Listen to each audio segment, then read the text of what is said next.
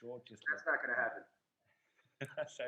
But otherwise, like as you said, it's gonna be a conversation like between friends, Okay. right? Yeah, Perfect. are we good? We're perfectly good. Just like a little tiny time frame. I've already talked to Nils about that. You probably know as well. We're trying to have like a shot, like an interview, running between like 10 and 15 minutes. I think that's the maximum people would watch. I think You haven't heard us yet. you haven't The heard that people yet. are crazy about Louis and me. We're gonna destroy the internet. I That's How? like, agree. like This is gonna go viral. Going viral. what we can do is like we always like we do question and then we do a little pause so that you can do a little segment and we can after like when we finished in about 2 hours. All right, I'll have someone else prepare dinner. So you can go like Mills, we're gonna be on the fucking floor. yeah, you're gonna be drunk and happy. That's gonna be it. So Yeah, it's gonna be amazing. You're gonna have 10 cigarettes in. We're gonna fucking be. This is money. All right, yeah. so I'm gonna get a glass of red wine. Actually, I don't think I'm Yes, gonna get please. through this with tea. Just give me a Yeah. second. So Pierre is drinking Camilla tea. Humility. I mean, come on, but whatever. We're gonna call it Camilla tea. Like So it's 7 o'clock over there, huh?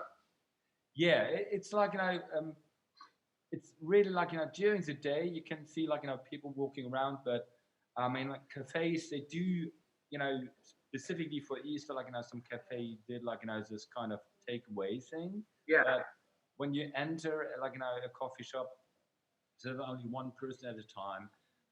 Like many restaurants do delivery, so kind of like they bring it to you. So, but usually the evening hours, which are tending to like I mean, last few days were kind of a bit warmer, like like 14 degrees. And during the evening hours, it was still like kind of sunny. So Yeah. usually people are walking outside, but right now it's like really emptying out. You always see like 6 o'clock, 7 o'clock, and then streets are emptying out, and there's like almost no one around, almost no Yeah. car. That's crazy. Well, that's basically the same thing that's happening here. The thing is that uh, businesses are closing. I mean, we can get into this as much as we want. Um, Same. Like today, it's really ugly. It's gonna rain all day. It's windy. Um, for me personally, I enjoy one of these days every now and then because it really, Yeah, I don't know how it is in Germany. I mean, I've visited you guys, but on an everyday basis, Berlin, as for me, feels a lot like New York, where it's energetic. yeah, Um, and New York is like that. So I don't sleep much. I get my 6 7 hours of sleep, but I go to sleep. You know, I can party with the best of them, but if I don't need to, I'm in bed by 10 11 o'clock, and I'm up by 6 7 8 o'clock in the morning. yeah, And in New York, I don't know how it is in Germany, and this is something that is very something that you're going to teach me is I don't know. It's go go go. So the moment I wake up, even if I wanted to go back to bed, my brain is already going 1,000 miles a minute. So I have no. It's people ask me all the time, well, why don't you go right back to sleep? And I'm like, you don't understand. I can't. It's the yeah, mentality of New York City that is like if someone else is up and they're getting after it before me, and I can't allow that. So I yeah, need to do something right now and make my coffee and get dressed. I've been getting dressed like this every day. So what you see yeah, and me getting dressed and sometimes it's a button down, sometimes it's whatever. Um, I've been wearing many hats. So for them, it's like, why? And I go, because it feels productive. So along with the other things that I do, it just feels productive. And New York gives you that energy of like the go, go, go. And I don't know how Germany is, but I'm glad you just told me. But it's the same here. At 4 5 o'clock, 6 o'clock, 7 o'clock, things are closing, and there's nothing you yeah. can't go out there. Hmm. I mean, it's totally weird. It feels like for me, like the time right now feels like when you're traveling on a plane, like going running through airports, it always feels like kind of like it's like a almost a no time, right? Yeah, It's like it's kind of like in itself, it's so artificial, and like you are kind of like you're moving, but you're not moving, right? So yeah, this absolutely. and that's how this like whole thing right now feels like something is happening but it's like not happening. Correct. It's kind of like, it's really weird. And yeah. But anyway, I'm gonna let's just like, I mean, I'm just gonna hit over like now, like as an introduction, and then we are off. But like kind of like these kind of like segments, I would say is it was already golden. You are a kind of like one take wonder. I So mean, listen, right. all Um, right, good. So hello everybody. I'm obviously here in Hildesheim, confined in my Manhattan bar, and today at HC at home, I'm gonna have one or two shots with Louis, who is right now in Brooklyn and is an HC member of ours, and he is obviously in a hot spot in New York. Basically, he runs the hot spot for Cuban food.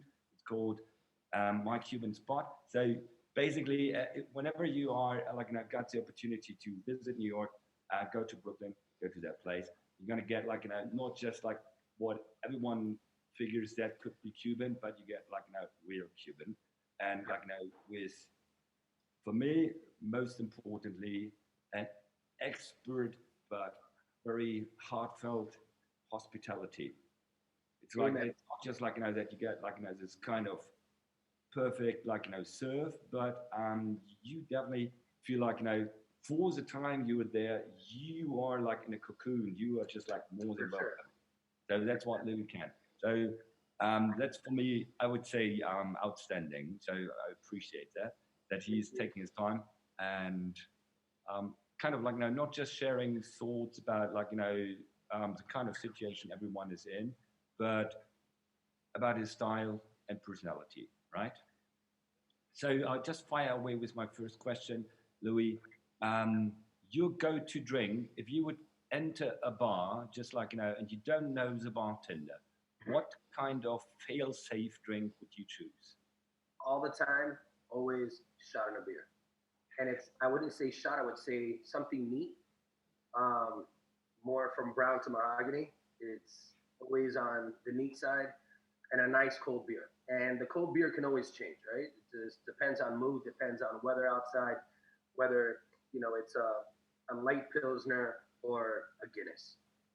So for me, it just really depends on the hops that I'm feeling that day. But as far as the neat goes, God, anything behind that back bar. So I'm one of those guys. But that's always my Oh, go-to is the neat and a beer. so where no one can mess anything up. All right, good. Absolutely not. Just pour the fucking thing and let me drink. That's experience talking. That's it. Absolutely. That's a lot of mess ups. All right. It does not mean that we don't trust our brother bartenders, but I mean, obviously, the other aspect in your kind of order is always don't kind of interrupt the flow of the bartender. You just can do it in between. You get your Yes. drinks quickly. It's kind of you were already. What I've seen. It's actually a great icebreaker, depending on the spirit or not. It's how you order the drink that the bartender knows right away. He's industry. Yeah. He or she is industry. They just know. And that's something that throughout the years, when I came to New York 12 years ago, that became a thing, right? It was going into the bar and, vodka soda is a vodka soda, GNT is a GNT. But it's going and saying, you know, let me get a shot of beer. And they're like, okay, this guy's making my life easy. All right. So I can already, talk to him. And then it's the spirit that you're ordering. It doesn't Yeah. matter what spirit it may be, but just knowing what you want to order and getting to the bar and not hesitating.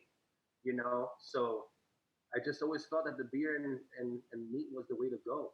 And it's got me pretty far in New York City. Yeah, I mean, just showing off how sophisticated and fancy you are. It's just it's not necessarily helping.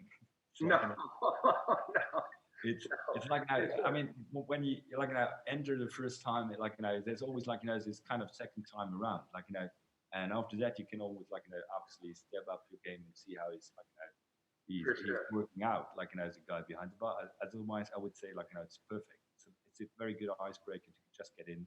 Yeah, Have some. absolutely. I agree. All right, good. So in the morning, I mean, I take you as one of these rare species. You can work late or go out late, but next morning they just they're switched on. They're gonna go out, get up. You drink coffee, I take it. Woo, lots of it. All right, good. How is your first cup of coffee? How is it prepared, and what kind of coffee do you favor? All right, so I love this drink. I love this question, Nils. So I'm a big coffee drinker. Being that I'm from a Cuban family, we woke up, with la cafetera is that how we say it in Spanish. La cafetera is like that. Um, it's that little, Cuban contraption that Yeah, it's like an espresso machine, but it yeah, has the top, water boils from the bottom. And I woke up with that, whether it was in my family's house or with my grandparents. So coffee is very nostalgic to me, actually, and it's not something that I'm addicted to. It's something that I love. So yeah, I choose. I don't get caffeine from coffee. Coffee has become, I think, mentally, you think, it's mind over matter. Oh, this is gonna work, but is it really working? No, I can have a double espresso before I go to bed, like it was chocolate milk. But when I'm waking up, it's always been this. It's been the same now more often, depending on my diet. Right now, we're doing so every day. It's a routine. I have an espresso machine behind me. This beautiful yeah, contraption right. over here, and it kind of brews it for you.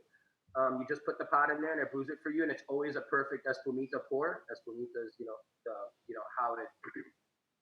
how it comes through the machine, and it forms like this perfect head. So I Yeah, love the machine. So that's what I'm doing. As far as coffee goes, I want a bitter coffee. So I want something a little stronger, a little bitter, a little robust.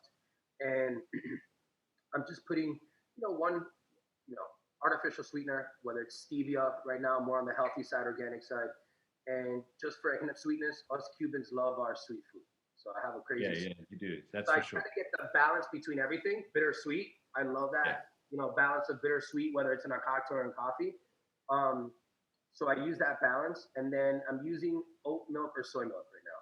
So I actually have a frother, so I froth my milk and I put it in there, and you know that's always my perfect coffee. It's yeah, that moment you put it into your mouth, you're like, this is it. For some people, it can be just black coffee, but for me, that's what it is right now. yeah. I mean, in the morning you need something like more fluid, something to warm you, give you kind of this embrace in the morning. It's like a Exactly, nice cup of especially when you live coffee. in a cold city or somewhere that's cold. It's nice and comforting. Yeah, absolutely.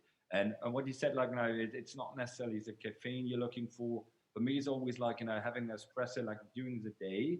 I Yes, usually start with brewed coffee, kind of more fluid. But during the day, I usually go for espresso, double espresso. It's always it's in itself, it's an active break, which isn't a yes, contradiction, right? But absolutely. kind of So during the day, yeah, absolutely. During the day, so that's my morning routine. Right when I wake up, it's like coffee's brewing. But during the day, like you said, if I had a break between a shift, I'm doing a single or double espresso, and I don't need sugar at all in my single or double. And like you said, it's an active break. Like you're getting something done during your break. You're just getting ready for the second half of your shift, yeah, whether it be cooking, bartending, whatever it is you do. It's a second half of your shift, and it keeps the rest of your day flowing. absolutely. And if I would ask you, I mean, obviously you don't have to choose. You can, always, but if you would choose really, one thing, cooking or bartending, which one would you Woo! choose? I know that's a very tough one. Yeah, I know. That's the question right there. All right. So the reason why I chose this angle, um, instead of my other angle, which would have been my cactuses and my outside, was because like Nils, you're showing me your back bar. So you're inviting me into your world. This is Yeah, the way I invite you into mine. So my world right now consists of spirits, which is my Instagram name, Chef of Spirits, but it's also included in the past couple of years, very fortunately, the kitchen. So the kitchen's yeah, something that I've always been a part of since I was a little kid. My grandparents obviously were the inspiration, but my father, who a lot of people, you know, wouldn't think that the inspiration came from because he was a cop, was such a phenomenal cook as an only child that I had an island like this with my dad at my house, and my memories are always of being a pamper in my or underwear, and my father putting me on top of the island, and I would just watch him go at it, right? So my father's cooking was always what I was looking forward to. So, but in the past 2 or 3 years, as you guys know, a lot has happened. Whether it be Food Network, things on the cooking channel, like little things on TV that I've done that have been very big on the cooking side. So this was me inviting you into my life now. If I had to choose one, whew, Yeah, I know. ask someone else around me, they would probably say the bar. But those are probably people that haven't seen me cook or tasted my cooking. So, and I like to say it because there's such a affinity that I have behind a bar. I, this is not going to sound humble, but I mean it very humbly. I'm a natural behind the bar. Yeah. So, No, and I've by seen you. natural, I don't Definitely. mean that I have the best knowledge. I don't mean that I'm the best bartender, but I'm one of the best bartenders. And that brings the perfect storm together, right? Hospitality, how you confront people, your energy behind the bar. No, I mean, you work your ass off. You're Oh, fucking you work your like you fucking ass just off. But I'm the kind of guy that jumps on top of the bar in the middle of the night and is dancing, and everyone, you get that scream from everybody, and it reminds me of cocktails and drinks. And it's something that I saw, which I very emulate my style to. So if you ask me, the most fun behind the bar. yeah. But when I want an outlet, see, this is why I intertwine both worlds. When I want an outlet, there's nothing like prepping food for me and cooking because I have that, I have music, and I have spirits combined. So it's the perfect trifecta. So I think if you say, even today, I've been busy with the shop, and if Gold Bar calls me and Gold Bar says, Louis, we need you, I say, just tell me when. I'm there. Because I know the feeling that I have when I get to do a shift behind the stick. So, you know, I mean, it's hard to answer that question. But I said if I had one day, one shift, I'd pick the bar over the kitchen. Yeah, Absolutely. Right. And I think it's more because of the people. Um, for me, cooking, sometimes you're just cooking for yourself and self glory and what you feel inside. When you're bartending, it's the people. Like you can't make yourself just happy behind the bar. If the bar is empty and you're not doing anything, you can pour yourself a cocktail. But it's the people that walk into that bar that create a different chapter and story every single day that you're alive. totally agree. I mean, for me, it's always like, as you see, like, obviously there is a back bars, there are many spirits. That is the hardware or part of the hardware. But what makes a bar actually work, like, and where you feel like, there's something happening, that's the software, that's you, right? Amen. So definitely, yeah. But good. I mean, I'm very grateful that you don't have to choose. Likewise, likewise. So that is kind of like, that's obviously the thing. So as you said, like, obviously you got a very deep connection to Cuba. For me, it's like, one of the most amazing places. And if you could choose, like, one of the best products coming from Cuba, apart from obviously people, Oh shit. is it coffee? Is it sugar cane? Is it rum? Is it like, no, what is it? Listen, I'm not even gonna. I can give you top five, but I'm Yeah, not even. it is a top I'm five. not even gonna hesitate. I won't hesitate. It's rum. A lot of people can grab a hold of it. I know in Europe you guys can. We Yeah, can't grab. We can't. The import export between Cuba and the United States cannot. Some places, have a little black market, but absolutely, hands down, Havana Club rum from Cuba is the best thing coming out of Cuba. It's liquid yeah, gold that a lot of people don't know about. So this is not, I need to reiterate, it's not the Puerto Rican side of Havana Club. It's Havana Club straight from Cuba. Um, for me, when I went to actually, Cuba, that's a fun fact. Like, in the early 2000s, my place was like, the in this county, like, in Lower Saxony, like, like in New yeah, York State. Then my place was 38 square meters, like really fucking wow, small, right? yeah. Was the biggest selling place for Havana Club in Lower And Saxony, it's hands such a down. beautiful spirit, and it's the way it's distilled and made. But it's such a beautiful spirit, and the family really, paid attention. They made it with love, and I like to think a lot of cooking around the world is made with love, right? But Cuban cooking, there's such a distinct way of, we call it low and slow. So a lot of our cooking is very low and very slow. There's a lot of love and passion behind our cooking. and it's at a very low temperature. And I feel like Havana Club was made that way. And I'm talking more on the 7 year and up, right? When you start tasting like a 7 year añejo, and you're just like, what is going on in my mouth right now? Havana Club does that to you. So hands down, Havana Club rum, and it's not because we're two bar guys talking about spirits. It's because out of Cuba, it's the most beautiful thing coming out. Second, the women. Okay. So probably we got to go something like beef, extended But beef. look how I put spirits before the women. Beautiful. And you haven't been sexist. You just trying to be politically correct. That was a joke between you and I, but it was more. The Cuban people are just beautiful people. But all jokes aside, coffee, cigars, medicine, which is something you probably didn't expect from me. The Cuban doctors are some of the best doctors in the whole world. So Cuban medicine is some of the best in the world. It doesn't mean that they have the best facilities, but their structure and their knowledge, and just once again, we're a culture of love. They put a lot of love and effort into their job, and the Cuban doctors are the best. So I would say medicine, spirits, cigars, coffee, and the people. I mean, that's my top 5. Yeah, absolutely. Totally agree. It was the coffee that was for me, like, it's pretty hard to get Cuban coffee. I mean, at all in the world market, because it's just like, it's so rare. And over the last couple of years, there was like, obviously some hurricane really struck the coffee plantation. And that one is like one of the highest paid coffees right now when you're like, kind of looking from Europe. And it's simply, I mean, for me, it's like, I had one which was so amazing smoky. It was just like, that was one of the most multifaceted coffee I ever had.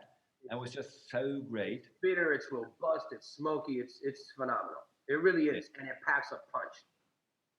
Yeah, totally. Oh, it was really cool. That was, so yeah, totally agree. And obviously, I mean, the nice thing about Cuba for me as a smoker is like, can smoke everywhere.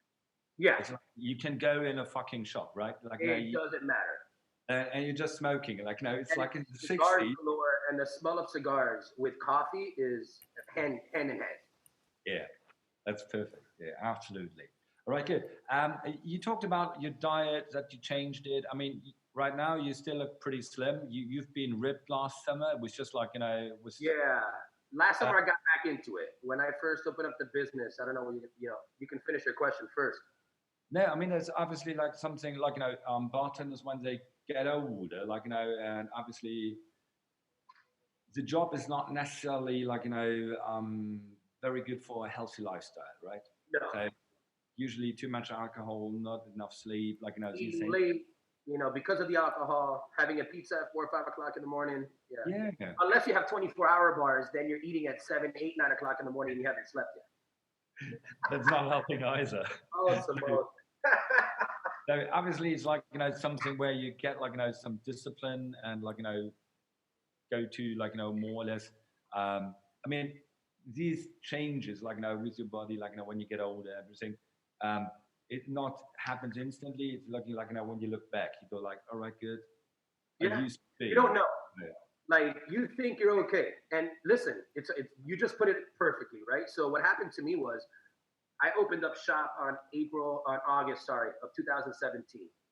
And I was pretty fit at that point still, because I look back at pictures now. And I'm at the weight now that I was when I first opened. So I'm still trying to lose more because, like you said, at this age, it's more of how do you regress and go back. You can't do what you did at 25. Yeah. But you look better than you did at 25. It just takes a lot more work. So when I first opened up the shop, it became a lot of stress because I was doing 120-hour work weeks. I was at the shop. One, you don't know what the shop's going to do. You don't know what the business, what's going to happen with the business. And that being said, it then became, stress over hours. I would go straight from the shop to Gold Bar. So I would be on no sleep. And then it became stress eating. So I gained, it's probably 35 pounds. Wow. In my first year. I think when I went to Berlin, I was already overweight when I went to Berlin. I was already overweight. What I'm at now is 15, 20 pounds under what I was in Berlin. So in Berlin, I was already gaining weight. When we did the national, the meeting in Baja, I was at the top. I was already 230, and I hit rock bottom at almost 240 pounds. So it's hard, like you said, whether you're just a bartender and you're drinking every day, it's, they're empty calories, and you're not drinking a drink or 2 drinks a night. You're shooting probably 20 meets a night just to keep up, with the crowd and keep it going and keep it flowing and keeping the party alive. There's people that can do that sober, and I commend them right now. But I like to party, so I took them back. So now the regimen is different. It's more of what you're intaking. So it's been smarter. When you were young, your metabolism just worked different. You could have your metabolism is just working. And said, well, this is easy. I have the genetics for it. But it becomes, a mind fuck at that point where it's always, I got the genetics, I have the genetics. And then it became, so as you get older, you said, shit, I just gained 10 pounds. It's going to take me 3 months just to lose these. So it's the way you eat now. I keep certain things out of my diet. I keep, for the most part, I love cheese. I'm a, cheese, fanatic. But if I eat cheese, where can I, kind of take things off and shred the fat somewhere else? So it became milk. So I stopped drinking milk and putting milk in my coffee or skim milk, and it became, almond milk, oat milk, soy, things that were better for myself. Sugar, well, like you said, you brought up sugarcane, which is top 5. It's cutting certain sugars out and going a little more organic. I love the direction that the U.S. especially is going, because we're the most obese country in the world. As far as a lot of plant eating and a lot of vegetarians now on plant power, but I'm not one of those guys. I love certain aspects of it, but I don't know if I can just go, I'm a Cuban kid that woke up, I just woke up eating certain things, I'm going to be respectful to all our vegetarians out there. But I mean, for me, like, the thing is, obviously, for you, food is not just like, what's on the plate. It's like who's sitting with you at the table. It's an art form. And the process of preparing it. It's like, any drink, as we already talked about the bar, any drink could be like, perfect in execution and in terms of like, taste and flavor. Absolutely. But you're standing next to an asshole, it's still not a good bar, right? Exactly. It's still a nice experience. It's still like, whatever. So it's not just like, kind of what you eat and how you eat. It's like, getting a structure back in your day. Just and being then a little like, more conscious. Limiting, like, some obviously, like, things which are not necessarily beneficial, right? Yeah. But I guess the main thing is like, what you said is like your metabolism when you're turning like, 30, it's just like, working differently than like, when you're 25, right? And so that's what we need to kind of like, even breakfast, being aware of what you're eating throughout the day. I'm not always saying I eat great, but, listen, I have a sweet tooth. I take down sweets, so I chop things out of my diet. But I'd rather, if you tell me salty, sweet, I'd rather have something salty. So, like last night, I did lamb shank. I knew if I was going to eat the lamb shank, which I actually braised in red wine and Jägermeister. Okay? So, Jägermeister has all the herbs that you can get from any wine. So, I was doing a live with my friend Michael Lombardozzi that owns Dromedary Bar in Bushwick. It's a tiki bar. And we did a live, we were shooting the shit, and I had Jägermeister. So I was shooting Jägermeister, and he's like, what are you cooking? I said, lamb shank. And right there it hit me, and I said, all right, boom. So I threw some Jägermeister inside the braise with some red wine, and that was it. But going back to it, it's like, if I'm going to choose a lamb shank, I'm going to make sure I'm not having ice cream that night. And if I am having ice cream, having an alternative, whether it's made with oat milk or something like that. So to answer your question, it's just a little bit more health conscious. When I saw myself hit rock bottom, I said, hold up. There's another chapter of my life, and I'm not the fat chef. You know what I'm saying? Like, I've never pictured in my mind that I was the fat chef. I was always the athletic athlete. So behind the bar, I used, let's say, for Britney Spears, sex sells. I was the bartender that, was behind the bar that used whatever I had. You have to use as a man whatever you can use to win, right? And to make tips and use your smile and have great hospitality. So it became that. When I hit rock bottom, I said, this is not the end of my life. I'm not the fat chef. So that also got into my head, and I started to trim down the fat. And yeah, I mean, that's, basically now it just becomes just a better regimen. Behind the bar, whether when I'm drinking, trying to stay as much off the beer as possible, but I love it. So. And when you're talking about, like, just not just food, but sports, what kind of sports do you do? Like, something like, with a flexible, like, time schedule? Well, I was a baseball player growing up. So I like quick impact. I have asthma, so I'm not your, distance type runner. I love, quick, impact type sports that are quick jolts of energy, right? So a 40-yard dash or something that's quick where I can, sprint the shit out of it, walk back, and that's how I like to do my cardio. Right now it becomes like bands. I got into yoga, believe it or not, because of my ex-girlfriend. She was very much into yoga, and I took my first yoga class with her, and it was phenomenal. So it's not that I do it as much as I would like, even though now during the quarantine I'm doing it more often, but it becomes yoga. I still like to feel like I'm an athlete. So when I do exercises, it becomes band exercises and things that I used to do as a baseball player, So I like things that are, mentally challenging, and not very, like, I can't sit in a cardio machine for 30 minutes. I don't know what I would think of. I'm watching fucking telly. That's always I can't fucking do it. Thing ever in a fitness studio. Totally agree. It's like, that is so, I mean, that is something like, when you feel like, when you're in some hotels and you're going, like, to the place that the people are, like, getting on a bike or going running, and they watch it, and you feel like, are you fucking kidding me? No, I can't do it. And people are having a good time doing it. Some people love it. See, what I do with food, people escape with cardio. And they love the adrenaline, the endorphins they let out in running. Fuck no, I can't do it. I mean, I'd rather, pretend like I'm Chuck Norris for an hour and think that I got a good cardio done. Like, no, that's as far as I go. All right, kid. I keep the muscles flowing and I keep the energy up, with bands workout and stuff like that and yoga. But yeah, and it's things that now, like you said, with age, clears your mind. So every morning routine is I have incense. So I have incense, Palo Santo, or sage burning at one point.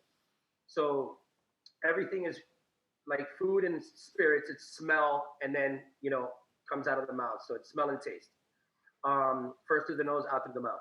So like I said, it wasn't just the diet that changed. It was the way I lived my life. So incense, copal, Palo Santo, sage, a candle.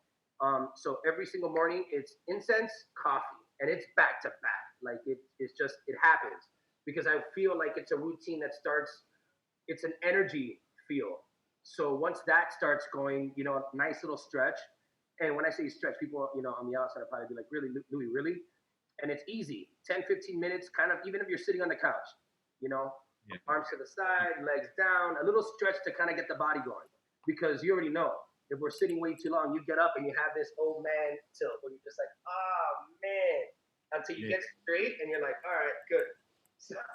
So I mean, I'm almost at 40, so I'm getting there. Yeah. I'm totally with you. Like now, so this kind of incorporating it in your daily routine, that's like so important. Like, that you don't have to kind of like, figure out how to fit it in your day. That's kind of already like, part of this kind of like, consistent, repetitive, like, always like, that's, it is more or less kind of like, consistent. I want to ask you a question since we're going back and forth, because now I want to know what your routine is in the morning. All right, good. I want to know how you have your coffee, and I want to know what your routine is. I mean, kind of like getting up and like, getting up early and kind of like, doing just like not a 10-minute, but like, a minute, kind of like, just spending your time with stretching and everything. Yeah. That's with my dog together. Like, my dog gets up. So we kind of like, we both wake up like this. And then we kind of like, doing this kind of stretching thing, yawning, getting into like, together. Like, I kind know of almost funny. And then we do our first walk, right? Obviously, that's like, having a first walk. And that's like, just 25 minutes, just like, pretty small walk. And that would be more or less like, startings a day. And then I usually try to work into my week, like, that I have at least 4 days where I do a run and like, some, like, pull-ups, push-ups and these things. And if I do have like, this kind of where I feel like, this, I usually get this like, after 1 or 2 days when I didn't do anything, I get this kind of restlessness. And then I usually do a, like, kind of stretching and like, holding session where you like, do, doing this kind of bar and these things like, yeah. about 10 minutes. So kind of like, because that's like, getting everything like, more or less back into shape. And that usually helps. I mean, obviously, like, during the day, I do have some longer walks, like, with the dog. So it's always like, keeping you moving anyway. Yeah. When I'm like, away, it is usually that I try to like, at least come to like, 200 push-ups a day. So you have like, this kind of like, where you feel like, I've done that. Like, Yeah. kind of I did like, my production for the day. Yeah. I mean, This listen, 200, 200 is pretty damn good. I thought 100 was good, Nils. yeah, I mean, that's like, it just gives me the feeling You like, just challenged me. I was doing about 100 a day, and now I'm like, hold up, Louis. Nils is doing double what you're doing. yeah, but there you see, yeah, like, at least it's always kind of like, fun when you can like, still do like, out of like, nowhere, doing like, at least 20 on one arm, right? Yeah. It's impressing the shit out of everyone. I always feel like, I did it. That I can't lose my arm the next day. No one sees that, right? No, I mean, no like, one sees it. but like, in that moment, You look at yourself in the fucking mirror, and you're like, holy shit, Arnold.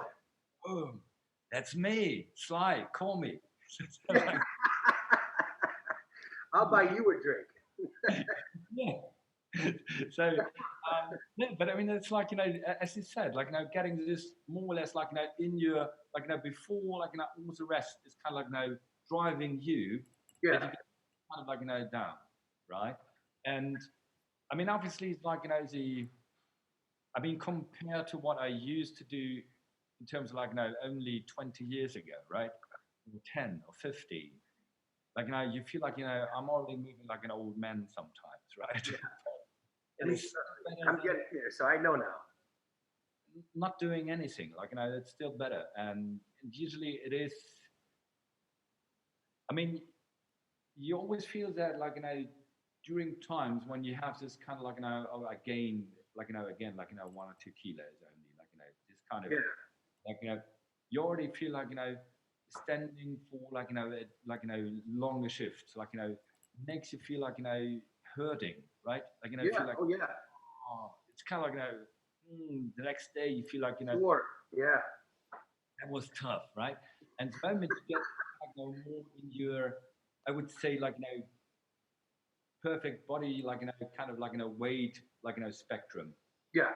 like, that's where I'm comfortable with, right? Does Sure. not mean that you can, like, pose on, GQ cover, right? But kind of like, where you are not like, in this kind of area where you go like, oh, it's not good, right? Yeah. It is only helping you with working, right? And that's a good thing. So It's a great thing. Yeah. Agreed. a moment to have a shot with you, right? Actually, boom. Hold up. I just took this back out of the freezer, Nils. I'm Oh, gonna show you how cold we got it. All right. oh, you're doing a good job here. Seriously, that's so good. Real copper here, yeah, perfect. Louis, Salute. good to Cheers. cheers.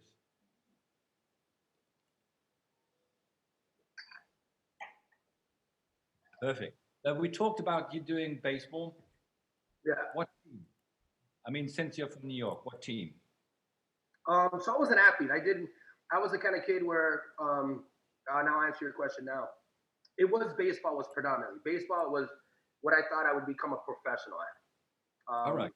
And then I started to, get injuries towards getting into college and stuff like that. But I could play anything. I love soccer.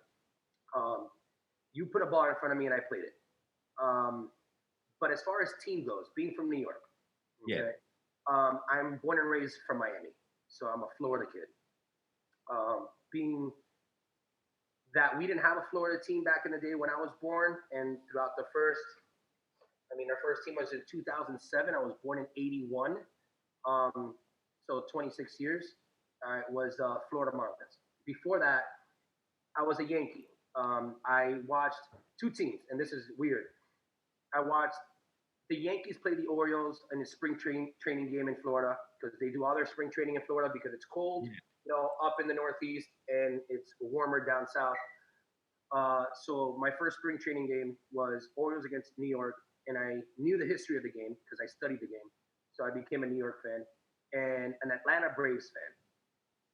Weird because, who were the Atlanta Braves? It was who they had at the time. I was a second baseman.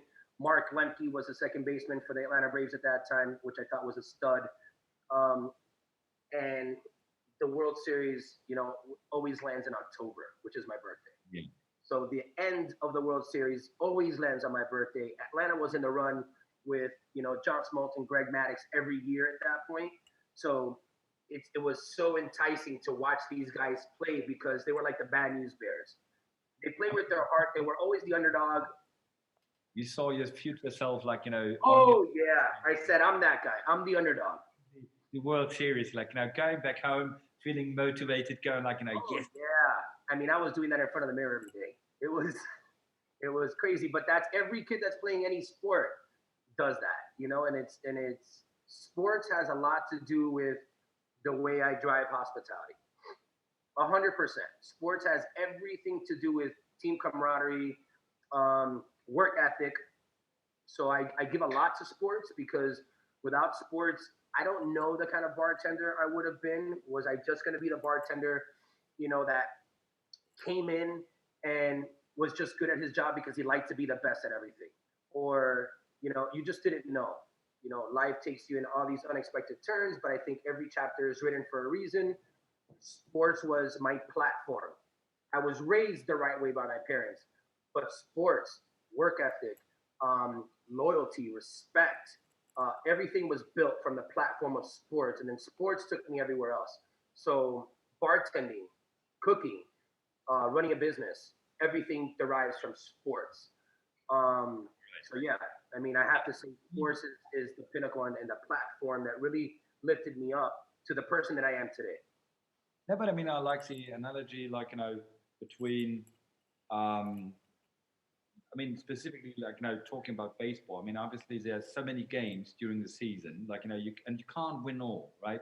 So Yeah. it's more, it's kind of turning up, it's almost securing you, a good position, it's turning up no matter what was the day before. And that's for me, a perfect example, how you clean things in a bar, which is you're gonna dirty in a second, right? Yes. And Yes. still you clean up and you clean up, and the next day everything is the same. But in turning up and just opening up and in cleaning as well, and doing all these repetitive things, always to this kind of higher standard, you're gonna be successful in this business. Absolutely. Look, and and another thing with sports is when I was behind the stick and I worked a shift, I always looked for a moment, right? In a sports, whether you're playing soccer, football, baseball, whatever it is that you play, you look for the moment in the game. Like you said, you don't have to win. You might win, you might lose, but there's always a moment in that game that you can create. And for me, behind the bar was creating a moment. So my moment is usually 4 or 5 deep, getting an order for 8 cocktails, 20 shots, 15 one-and-ones from 10 different directions, and people saying, and all you hear is this noise until you zone it out, and you hear womp, womp, womp, womp, womp, womp, womp. They're looking at you, but they don't know you're looking at 20 people, and you just go at it, and it's like cups, brah, shot, brah, cocktail, boom, boom, boom, tins, and you're doing this for 3 minutes, which seems like 20 minutes, Yeah. and you finish and you put everything in front and you say, this is for you, this is for you, this is for you. And then you just scream, ah! They're like, holy shit, how did he do that? He's a And for magician. you, Yeah. it's that moment of victory. You're just like, I won right now. Yeah. That's 300, that's 250, that's 180. Let's go. Give me your credit cards. And it's that moment of adrenaline that you're just like, what the fuck? But it derives from, for me, it was sports. It was, I went into a shift always saying, let's just get a moment tonight. And if we're lucky, we get 3, 4, 5, 6, 7, 8, 9, 10 moments. But if I can get one moment, I solidified my time today in my job. And that was knowing that bartending was the life for me. It didn't matter how long I was going to do it, how I was going to do it, whether I was going to become a a bar owner, and which will eventually happen throughout my projects that are coming on now. But it was finding the moment as the bartender still. You're not the owner. Well, how are you going to be the best you today? And it was finding a moment. And sports, I mean, I love that you brought that question up before because sports has been the jumpstart to everything for me. Perfect.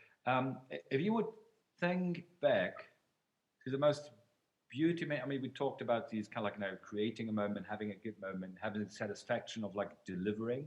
But if you would think back to like, the best compliment you ever got. Ooh, my God. I mean, it could be like, from your boss, could be from a colleague, could be from your barber, could be from a guest, good looking, whatever, right? This is going to be weird. This is going to be weird. Okay. I'm gonna go recent. So I'm gonna go my restaurant and my business side first because it's very recent. And it's two words, and it's two words that sometimes we take very lightly, or sometimes people aren't such understanding or appreciative of what the two words mean. And I cooked for some people. These people hit me up on Instagram. They said, we're on our way to the restaurant. We haven't tried it. But we're going. We can't wait to try it. I said, I'm not working. I'll meet you there. And I met him there. And there was just this thing on Instagram that came out, which was, I'm this person. This is my name. This is everything. If you've read everything to the end, I just want you to hit me up with one word that tells you something about me. Because during this time of quarantine, we're thinking about all the other things, but I want forget about the gifts and the memes and this and that and the jokes and one word that describes me to you. And one was memorable, and the other ones were just thank you. Thank you are the two words, right? So thank you to me was, and I think I teared up at that point. It's because it was clients of mine, and I said, I need to know for what, even though I knew the answer. I needed to know that how I hit them personally. And they said, remember this day that you did this and you did that? Well, we want to thank you because what happened that day was you changed our life as far as service, hospitality, what an owner does for their business. And it wasn't the first time that I knew I belonged. I belonged to the hospitality industry my whole life. My grandfather had a restaurant when he came from Cuba. So I was born into giving thanks. But thank you are the two of the strongest words in the dictionary, and I don't care what fucking language you speak. Absolutely. It's called appreciation. So I think I have to be honest, behind the bar and cooking, it's been two words, and it's been thank you. Because thank you was, I don't know why you're doing what you're doing, but I appreciate you and I understand you. So thank you to me is two words that are very like, it's like mistreated for some because it's like, hey, thank you, all right, cool, whatever. But it's the way someone says thank you. And when they say thank you and you feel it, you're like, wow, I worked my shift tonight. I pretended like I had a smile on my face, but I lost my father yesterday. Like they don't know what you're going through. And thank you might have meant everything at that point. So for me, I think behind the bar and cooking, thank you. And it's been, twice where I've really stopped what I was doing and said, damn, I belong here. like this is where I belong. It's behind the bar. It's cooking food. It's making cocktails. It's making a shot in a beer, and it's talking to this person because we don't know if they were gonna talk. We talked themselves out of the ledge that night. They had a bad night, bad work day in Wall Street. They lost all their money. They came to you, and you talked them off the ledge. So that thank you could have meant so many things. So to me, it's always been the most important. So I think bartending and cooking, the two words are thank you. Yeah, I totally agree. I mean, for me, it's like um, I do love the story. I do like love that the kind of the attitude how to receive the word thank you as well. I mean, for me, it was thank you. For example, when it meant so much was like in when I was in Russia, and obviously they do write in Cyrillic, everything, and it is not it's for me undecipherable. I can't read it. Right? So, and the language is in itself so kind of different to Yeah. so and the only word I learned over a trip 14 days from Moscow to Irkutsk over that time, the only word I learned and remembered was spasiba. That, Pasivo. yeah, that means thank you.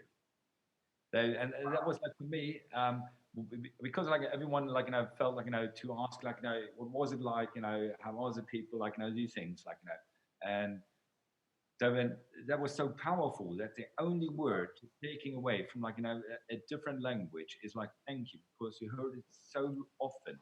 Yeah. People are thanking you for what you're doing. That was for me that is describing my whole trip. That is that is, and I totally agree. It's it is so. It's not just the two words. It's how it is said. How it's said. It's really where it comes from. It's not a mechanism. It's got to be this kind of this eye contact, and then saying thank you. So It's crazy. Like Berlin was like that for me. There was so. I mean, I've had so many moments in my life, but you're right. I came home from Berlin and I had a girlfriend at the time, and I put, you know, I think I put my life before my relationship, and it came to the point where it was well, how was Germany? Everybody asked me this, right? When I came back because they saw the Instagram post and they saw, oh my God, you had the best time. And I said, there are no words to explain to you because I can't relive it. I would have to write a book. Like I can't relive my moments by sitting you down, having a drink, and just telling you how I did it. You wouldn't appreciate it the way I appreciated it. So, but in saying that, so I'm speaking to someone, and in saying that, all I wanted to tell Jägermeister at that point, and you, and Liv, and Willie Shine, and everybody was thank you, because even though I said it 20 million times, as I'm saying the stories months and months later, all I can think in my head is like a movie. You're just like, guys, I can't tell you what I experienced, and then I would get quiet, and I was like, I wish you just knew by the fact that I could say thank you to these people over and over again because even if it was just a chapter in my life or two chapters or three chapters, I don't know how many chapters Jägermeister will fill in my book. But I have a fat, big book, and I'm still writing it.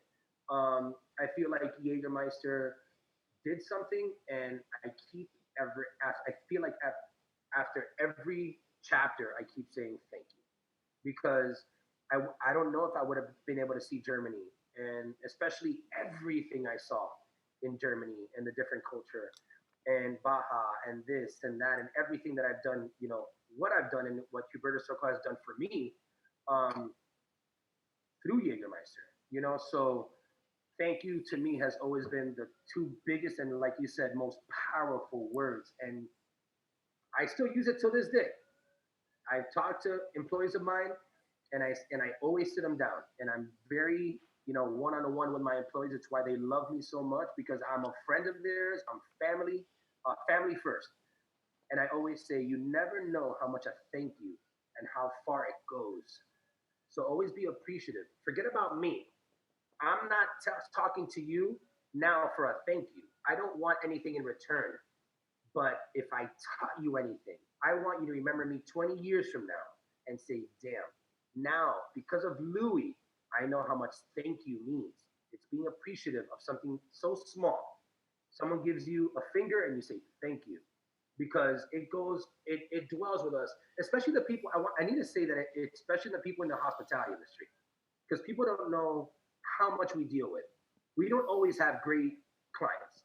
We have a lot of crazy motherfuckers that we don't like to deal with and assholes that we don't like to deal with on an everyday basis that make us look like the minority class. So it's not always, unicorns and rainbows. It's No. a lot. We it's not unicorn tears. We deal with a lot of dumb shit.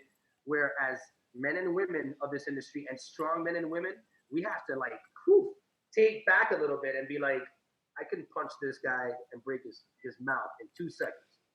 But the hospitality side of me says, let me buy you a drink, and then I need you to get the fuck out of here. So people don't know what we deal with. So I speak to all the hospitality people when I talk about this, because thank you goes a long way. And like you said it best. It's powerful. Yeah, I mean, it's what I liked about these kind of like the aspect when you said like to the people we work with, like our colleagues, it's something like I do like about um, kind of like working in this industry. What is so beautiful is that sometimes you learn something without recognizing, Yeah. right? You just like realize it when you look back, and that is like for me that it still makes it like so exciting to work in this industry. It's like because it's not like always so obvious. Sometimes just like you just go for like even years later you go like that was a fucking moment. Yeah. That was powerful. That was like where I actually learned something, and you just realize it later down the road. It's kind of like it's important. But I mean, Louis, probably like we got to wrap it up. But I assure I think you, we have 1 more hour. yeah, no, I could do a call like anyway, and then like I wish like seriously, I wish you would be here. Like I love you, man. I really do love you. You know that. we gonna like figure out how to do this. Like but from my side, I really have to say, it was our first, and for me, not for the reason it was our first and only so far, but definitely was the best. Seriously, love you, brother. It was so beautiful. Talking to you is like, we could just like write a book, like doing this interview for hours on end. Yes. And I got to thank you from the bottom of my heart that you took your time. And I And would thank you from the bottom of mine. probably manage. It was hopefully entertaining and still like, with some, you know, not too heavy stuff, but I could keep Listen, on. I think during quarantine and this time, it's gonna hit home to everyone in our industry. I think it'll hit home to all of our family and the Hubertus Circle Jägermeister family. I think it was exactly what was needed. We said 2 hours, Nils. We went an hour. So listen, we can go another hour if you want, but I love you, man. Thank you. I appreciate you. I thank Pia for putting this whole thing together, and making this happen. So, man, listen, from my kitchen to yours, I love you. You're always invited. And the moment all this shit is over, I'll be in Germany just to fucking mess with you. Louis, take care. Amen. Bro, salud. Thanks for being here. Thank you.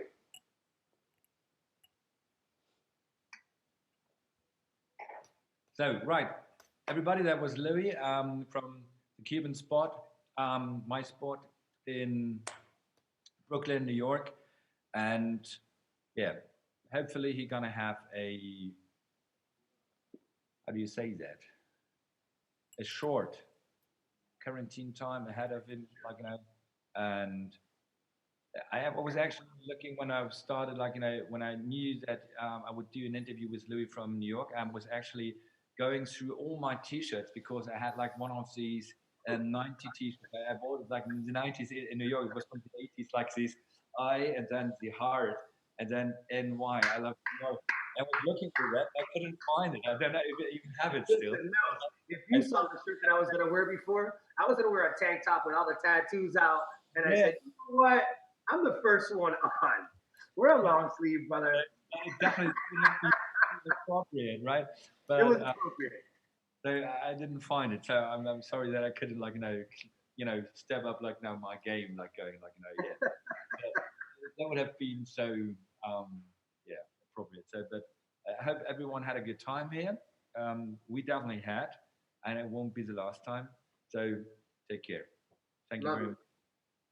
Have a good day.